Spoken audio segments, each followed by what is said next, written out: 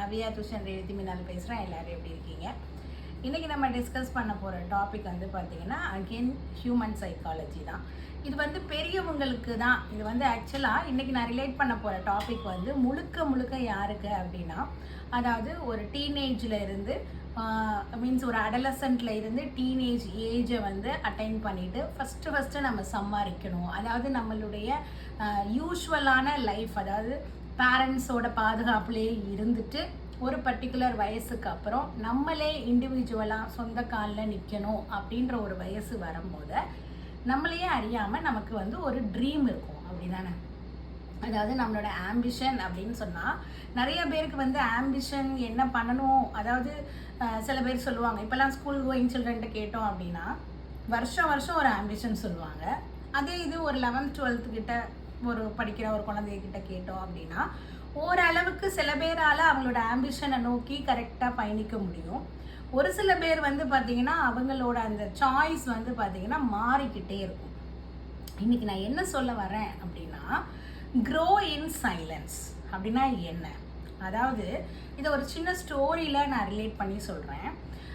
ஒரு பெரியவர் வந்து இருக்காரு. அவர் வந்து என்ன பண்ணுறாரு அப்படின்னா, தன்னோட ரிட்டையர்டு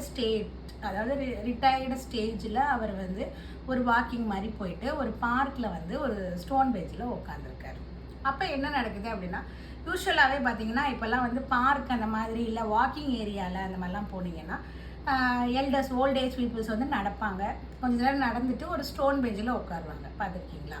அதே இது ஒரு சில பேர் என்ன பண்ணுவாங்கன்னா, குறிப்பிட்டு என்னமோ அது அவங்க வீட்டு ஸ்டோன் பெஞ்சு மாதிரி, அது அவங்களுடைய பெஞ்சு மாதிரி என்ன பண்ணுவாங்க அப்படின்னா, அவங்க மைண்டில் வந்து என்னென்னா, நம்ம இந்த டயத்துக்கு போனால் இந்த ஸ்டோன் பெஞ்ச் வந்து ஃப்ரீயாக இருக்கும் அப்படின்னு அவங்களுக்கே ஒரு எண்ணம் இருக்கும். அதில் உட்காந்தாதான் அவங்களுக்கு சில பேருக்கு திருப்தியாகவே இருக்கும். அதாவது நான் ஒரு ரவுண்டு வாக்கிங் போயிட்டு வந்துட்டு அதில் ஒரு 10 நிமிஷம் நான் உட்காந்துட்டு அப்படியே என்னுடைய ஒர்க்கை நான் ஸ்டார்ட் பண்ணேன், அப்படியே வீட்டுக்கு போவேன் அப்படின்ற மாதிரிலாம் சில மைண்ட் செட் வச்சுருப்பாங்க. அது மாதிரி இங்கேயும் வந்து பார்த்திங்கன்னா ஒரு பெரியவர் இருக்கார். அவர் வந்து பார்த்திங்கன்னா ரெகுலராக ஒரு இடத்துல ஒரு பார்க்கில் நடந்துக்கிட்டே இருக்கார், நடப்பார். அவரோட ரொட்டீன் வந்து பார்த்திங்கன்னா ரொம்ப வந்து எப்படி சொல்லணும்னா ஒரு டைம் டேபிள் மாதிரி. ஓகே, இப்போ 5 o'clock ஆயிடுச்சு, இந்த இடத்துல ஒரு கண்டிப்பாக வந்து ஒரு பெரியவர் வருவார், ஒரு ரவுண்டு நடப்பார், ஒரு 5:20க்கு வந்து அந்த ஸ்டோன் பெஞ்சில் உட்காருவார், ஒரு 10 minutes உட்காந்துட்டு 5:30க்கு டான அலாரம் அடித்த மாதிரி அந்த இடத்த விட்டு போயிடுவார். இதுதான் வந்து அங்கே பார்க்குற எல்லாருக்குமே தெரியும். இப்போ விஷயம் என்ன அப்படின்னா, இதே மாதிரி அந்த பெரியவர் வந்து ஒரு நாள் அவரோட ரொட்டீனாக அவர் ஃபாலோ பண்ணிகிட்டு இருக்கார். அப்போ வந்து பார்த்திங்கன்னா ஒரு 3 ஃப்ரெண்ட்ஸ் அப்படின்னும் போது டீனேஜ் பசங்க, அதாவது காலேஜ் ஃபைனல் இயர் முடிச்சுட்டு, அதாவது அவங்களுடைய ஃப்யூச்சரில் நான் வந்து இந்த மாதிரி நான் 4 கம்பெனிக்கு அப்ளை பண்ணியிருக்கேன், இல்லை நமக்கு வந்து ஒருத்தனுக்கு வந்து பார்த்திங்கன்னா அதாவது இந்த மாதிரி ஜென்ரலான கான்வர்சேஷன் ஒரு 3 ஃப்ரெண்ட்ஸ் வந்து இருக்காங்க.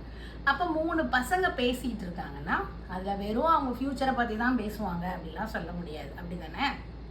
அவங்க எதை பற்றி பேசுகிறாங்கன்னே ஒரு ப்ராப்பர் ப்ரோட்டோக்காலே ஃபாலோ பண்ணாமல் என்ன தோணுதோ அதை வச்சு பேசிகிட்டு இருக்காங்க. இந்த பெரியவர் அதே மாதிரி 5:20க்கு வந்துட்டார். ஆனால் அந்த 3 பசங்களும் அந்த பெரியவர் உட்காந்துருக்கிற இடத்துல உட்காந்துருக்காங்க. அதாவது உட்காந்து எழுந்திரிச்சு ஒரு 10 நிமிஷம் உட்காந்துட்டு போவார்ல, அந்த இடத்துல உட்காந்துருக்காங்க.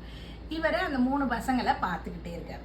ஃபஸ்ட்டு இதை நோட்டீஸ் பண்ணால் அந்த பசங்க சும்மா ஏதோ ஒரு பெரியவரை நிற்கிறாரு போல் அப்படின்னு நினைக்கிறாங்க. அப்புறம் தான் பார்த்தா அந்த பெரியவர் வந்து அவங்க 3 பேரையும் அதாவது எப்படின்னா முறைக்கவும் இல்லை, ஆனால் வந்து கூர்ந்து இப்படியே பார்த்துக்கிட்டே இருக்காரு. இப்போ யாராவது ஒருத்தவங்க நம்ம பேசுகிறத கவனிச்சாங்க அப்படின்னா நம்மளுக்கு அந்த பேசுகிற ஃப்ளோ வராது. அப்படி தானே? அதனால என்ன ஆயிருக்கு அப்படின்னா, இந்த 3 பேருக்குமே இந்த பெரியவர் இவங்களே கவனிக்கிறாங்க அப்படின்னோடனே அவங்க பேச்சே நின்றுச்சு. என்ன தாத்தா, என்ன உங்களுக்கு ஏதாவது வேணுமா? ஏன் எங்களையே பார்த்துக்கிட்டே இருக்கீங்க? இல்லைப்பா, இங்கே தான்ப்பா உட்காருவேன், நீங்கள் ரொம்ப மும்மரமாக உங்களுடைய எதிர்காலத்தை பற்றி நீங்கள் பேசிகிட்டு இருக்கீங்க, அதை தான் பார்த்துக்கிட்டு இருக்கேன் அப்படின்னு சொல்லி இந்த தாத்தா சொன்னோன்னே இந்த 3 பசங்களும் டக்குன்னு அந்த இடத்த விட்டு எந்திரிச்சிட்டு, சரிங்க தாத்தா நீங்கள் உட்காருங்க, இல்லைப்பா பரவாயில்லப்பா, இல்லை தாத்தா பரவாயில்ல நீங்கள் உட்காருங்க அப்படின்னு சொல்லிட்டு அந்த 3 பசங்களும் அந்த பெஞ்சு இடத்துல இருந்து ஒரு அடி தள்ளி நின்று அவங்களோட கான்வர்சேஷனை ஸ்டார்ட் பண்ணுவாங்க. அதில் அவங்க என்ன பேசிகிட்டு இருக்காங்க அப்படின்னா, இந்த மாதிரி நான் வந்து ஒரு 4 கம்பெனிக்கு நான் அப்ளை பண்ணியிருக்கேன். ஒருத்தனுக்கு வந்து பார்த்திங்கன்னா காலேஜ்லேயே கேம்பஸில் வந்து அவனுக்கு வேலை கிடச்சிருக்கு. இன்னொருத்தர் வந்து பார்த்திங்கன்னா நான் வந்து இதோட நிப்பாட்டலடா, நான் ஹையர் ஸ்டடீஸ் பண்ண போகிறேன் அப்படிலாம் சொல்லிகிட்டே இருக்கேன். அப்போ அதில் ஒருத்தன் மட்டும் ரொம்ப வந்து பார்த்தீங்கன்னா அவனுக்கு இப்போ வேலையே கிடைச்ச மாதிரி, அது ரொம்ப இன்ட்ரெஸ்டிங்காக அவனோட எனர்ஜியை பூரா செலவு பண்ணி அவன் பேசிகிட்டு இருக்கான். என்ன பேசியிருக்கான்னா, நான் 4 கம்பெனிக்கு அப்ளை பண்ணியிருக்கேன்ல, எனக்கு ஒரு கம்பெனி பேரையும் சொல்லிட்டு, எனக்கு இந்த கம்பெனியில் கிடைச்சா எனக்கு இவ்வளவு சேலரி கிடைக்கும், இந்த சேலரியை வச்சு இப்போ மேக்ஸ் நான் ஒரு ஆவரேஜாக அந்த 4 கம்பெனிலையும் எனக்கு இவ்வளோ சேலரி கிடைக்கும். அப்போ இதில் எது ஒன்று கிடைச்சாலும் நான் வந்து ஒரு எப்படி சொல்கிறது, பேங்க் சேவிங்ஸ் பண்ண போகிறேன், நான் வந்து ஒரு வீடு கட்ட போகிறேன், நான் வந்து ஃபாரின் ட்ரிப்பு போக போகிறேன். அவனுடைய எப்படி சொல்கிறது, அவனுடைய அந்த ஜாபோடைய ஃபஸ்ட்டு ஸ்டெப்பு அவன் வைக்கிறதுக்கு முன்னாடியே அவன் வந்து ஒரு எப்படி சொல்கிறது, ஒரு 10 வருஷம் டு 15 வருஷத்தில் அவன் என்ன செய்ய போகிறான் அப்படின்ற ஒரு விஷயத்த கம்ப்ளீட்டாக நரேட் பண்ணுறான். இதை வந்து இந்த 2 பேர் கேட்டுக்கிட்டே இருக்காங்க.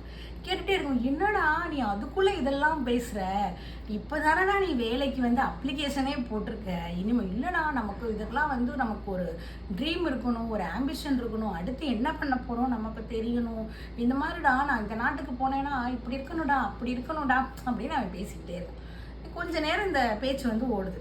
இந்த தாத்தாக்கு வந்து எப்படி ஆயிடுச்சுன்னா, அவர் எப்பயுமே போகிற டயத்தையும் தாண்டி இந்த பேச்சை கேட்டுக்கிட்டே இருக்கார்.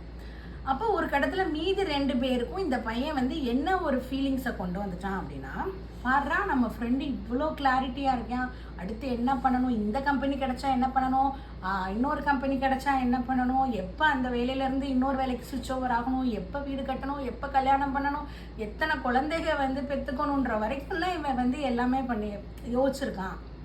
நமக்கு என்ன எந்த கிளாரிட்டியுமே இல்லையே அப்படின்னு இவனை வந்து ரொம்ப புகழ்ந்துக்கிட்டே இருக்காங்க.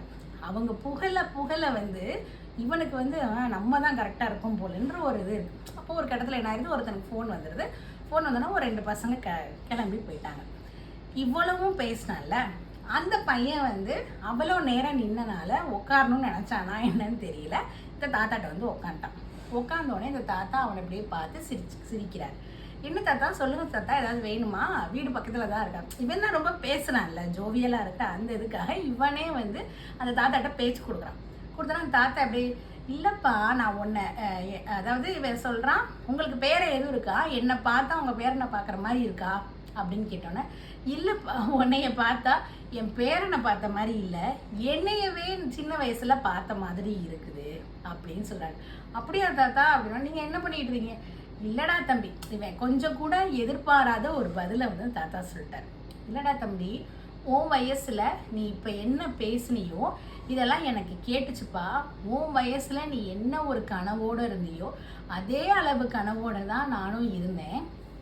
இப்படி தான் என்னோடய ஃப்ரெண்ட்ஸ் எல்லாம் நான் வந்து சொல்லுவேன், எனக்கு இந்த பிளான் இருக்குது அந்த பிளான் இருக்குது, நான் இதை பண்ண போகிறேன் அப்படியே தான். அப்போ அதெல்லாம் அவன் சக்ஸஸ் ஆயிடுச்சா அப்படின்னு, இல்லைப்பா எனக்கு அதை நினச்சி நான் வருந்தாத நாள் இல்லை அப்படின்னு சொல்கிறார். எனக்கு ஒரு மாதிரி போயிடுச்சு.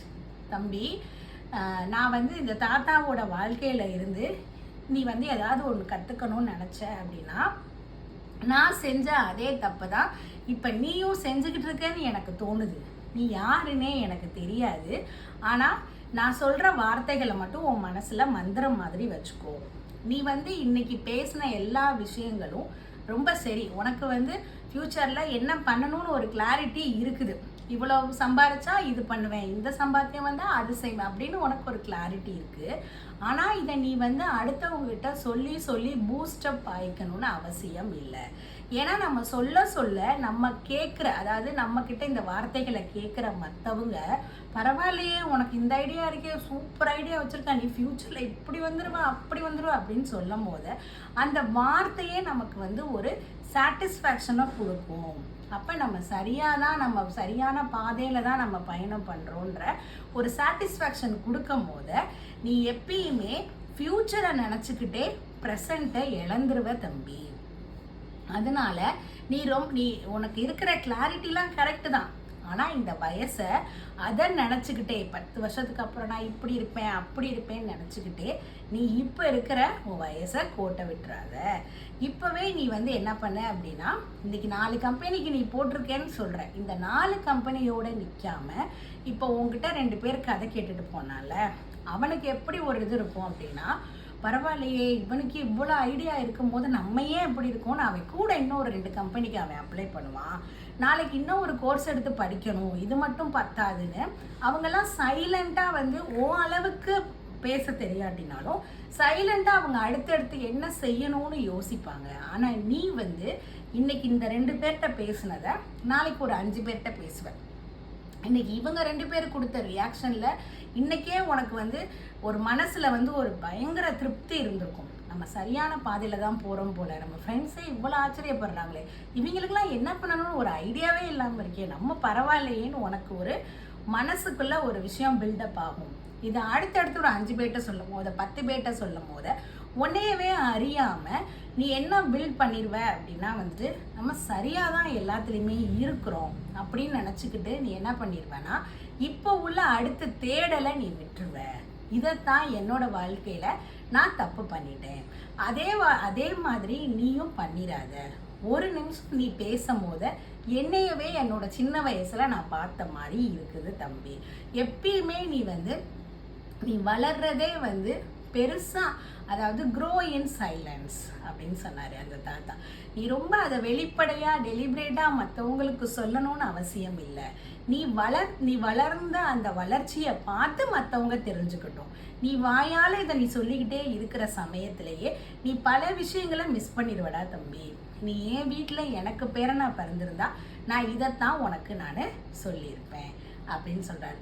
இந்த தாத்தா சொல்கிறதுல வந்து பார்த்தீங்கன்னா உண்மைதானே. நிறைய பேர் வந்து என்னன்னா நான் இப்படி இருப்பேன் அப்படி இருப்பேன் அப்படின்னு சொல்லிக்கிட்டே என்ன பண்ணிடுவாங்க, ப்ரெசண்ட்டில் நிறையா தோக்கிறதுக்கு வாய்ப்பு இருக்குது.